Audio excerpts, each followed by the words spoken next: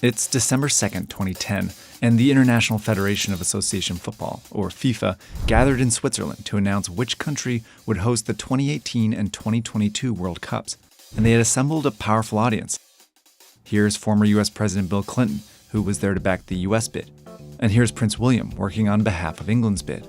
Behind him is the Prime Minister of the Netherlands and former Prime Minister of Belgium, who together submitted a joint bid. But even with all this political power in one room, the fate of their countries lay in the hands of these guys, the 22 FIFA officials with the power to pick the host. They were considered gods by the bidding nations. They were the masters of their destiny.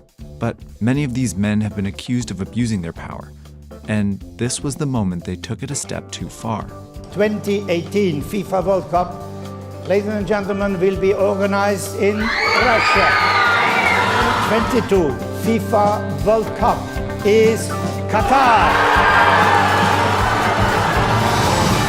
The decision is still one of the worst decisions made by a sporting organisation. It was a catastrophe for FIFA. They've had their whole legacies called into question. The announcement set off a cascade of events that rocked the world of football and nearly broke FIFA. Rampant and deep-rooted corruption. Corruption and widespread corruption in the racketeering and money laundering. How did FIFA go from organizing one of the most beloved sporting events in the world to corrupting it?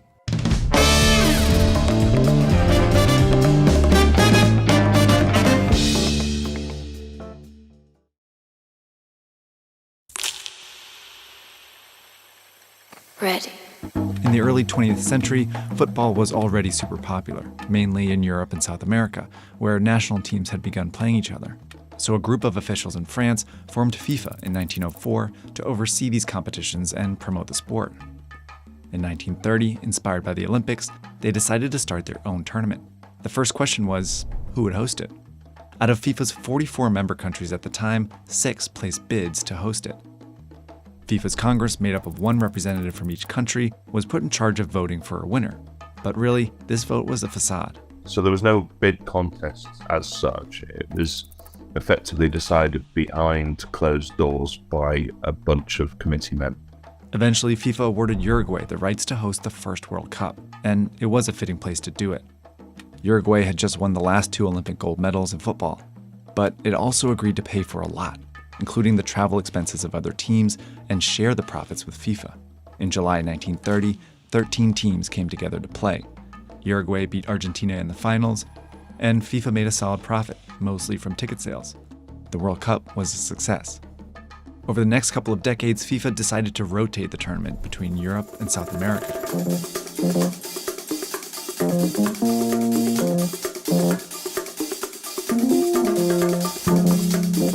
The World Cup wasn't a grandiose thing back then. You know, there were some upgrades to the stadiums, to the existing infrastructure, and there'd be some marketing going on. But the World Cup wasn't a truly global event. That all changed when it went on TV. I am very pleased that this country is acting as host for the finals of the World Cup. Once the whole world could watch the tournament, the host nation became much more visible, leading many more countries to want to host one. In virtually every country, football has now such a following that no government can afford to ignore it. Through the 60s and 70s, FIFA's membership started exploding. By the 80s, it had close to 170 members, mostly divided into 6 confederations with their own qualifying tournaments, and the organization kept getting richer. Take a look at how FIFA's profits grew steadily with almost every tournament until, boom, the 1980s. That's when World Cup sponsorships, merchandise, and TV rights became worth millions. All of this money was largely controlled by 24 officials, the leaders of each confederation, and some senior officials like the president. This group was called the Executive Committee, or EXCO. They had the power to distribute FIFA's money to its member countries for building football fields, holding tournaments, and establishing youth programs. Very often this was done without any checks in place. Lots of money was siphoned off.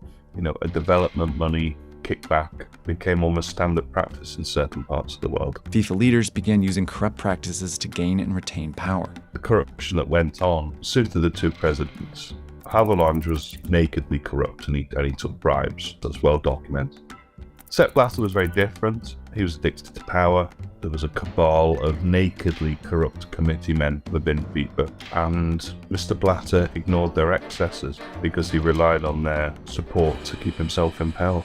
It was in this culture of corruption that FIFA in 1964 decided to take the vote away from Congress and give it to Exco, meaning that to host a World Cup, countries only needed to win the votes of a majority of Exco, just 13 of them. The fact that such a small body of men had such a powerful decision vested among them without any real checks and balances, it absolutely made corruption part of it.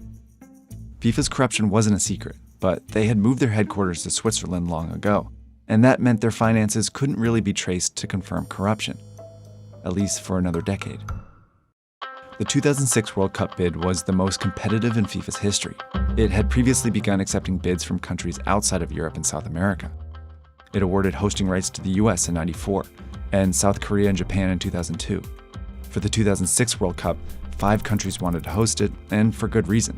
I think there's a huge amount of prestige that it brings to not just a country, but to the leadership of a country. It's sort of a step on the way towards nation building. With more and more countries desperate for World Cup prestige, FIFA found ways to play them off each other.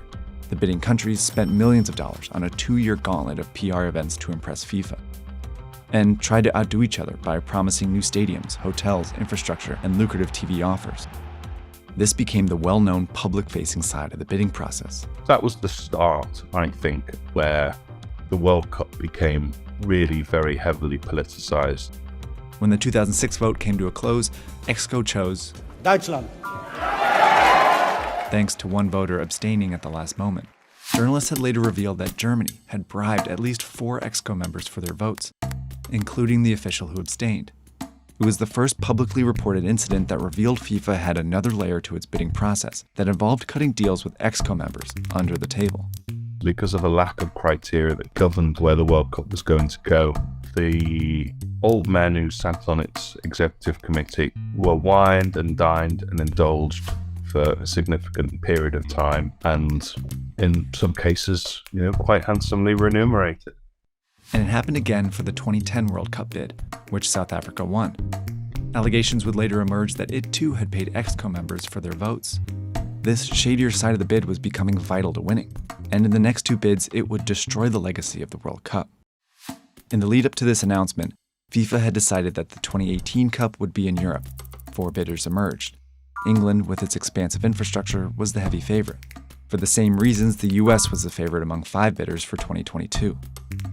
But of course, this was only part of what it took to win a World Cup bid. The countries that did win the vote that day were the ones who could pour the most money into all levels of FIFA's system.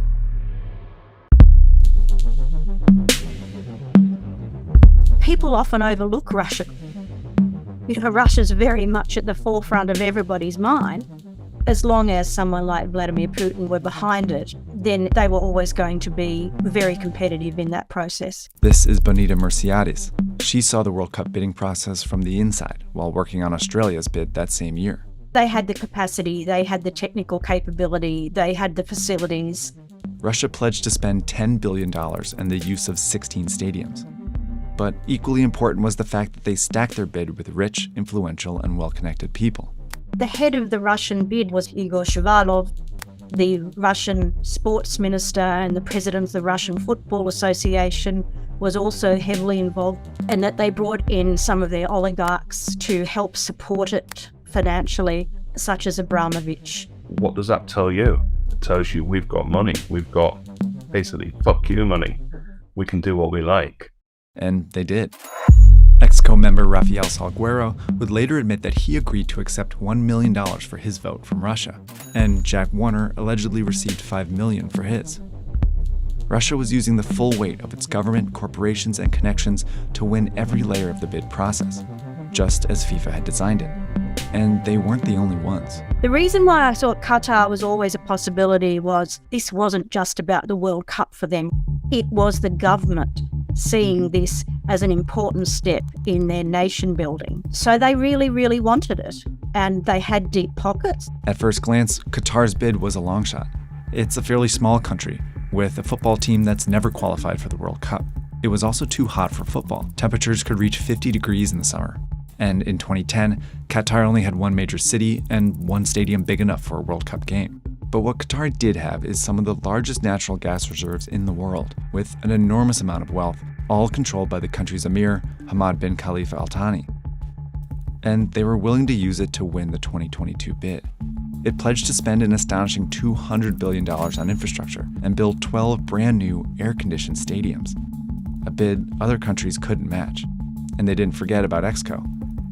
British journalists would later allege that a Qatari-owned company paid Warner around $2 million for his vote. There's also allegations that Qatar made payments to 3 other Exco members. But Russia and Qatar's advantages went beyond wealth. They were the only 2 authoritarian countries in the contest, meaning they were freer to work the shadier side of the bid. The Australian World Cup bid was very well funded as well, but it was all publicly funded, and every cent was meant to be accounted for. Maybe you could move stuff around spreadsheets and so on, but if you were going to engage in the dark arts, you had to be very, very careful. Whereas if you were coming from an authoritarian state, like Russia or like Qatar, you can do what you like. FIFA created a bidding process that would inevitably be won by the countries with the most cash and the least accountability. And the thing is, Russia and Qatar got away with it. But the scandals that followed nearly destroyed FIFA. Allegations emerged weeks after the 2010 vote. But it wasn't until 2015 that the FBI arrested several FIFA officials in Zurich and launched investigations into decades of FIFA's dealings. Even though no one's been put on trial for taking bribes from Qatar, since the vote, 13 of the 22 Exco voters present that year have either been indicted or banned from FIFA at some point. Amidst these scandals, Sepp Blatter resigned in disgrace. So in 2016, in an attempt to clean up its act, FIFA gave Congress the power to vote on World Cup hosts once again. But the 2018 World Cup in Russia went on as planned, generating record revenue for FIFA. And Qatar is predicted to do the same. Are we comfortable with the human rights record of Qatar and Russia? Are we comfortable with what Russia is doing at the moment? That decision has been a great enabler for both those countries. It's a decision that just doesn't stand the test of time at all. They didn't get it right then, and it's not right now.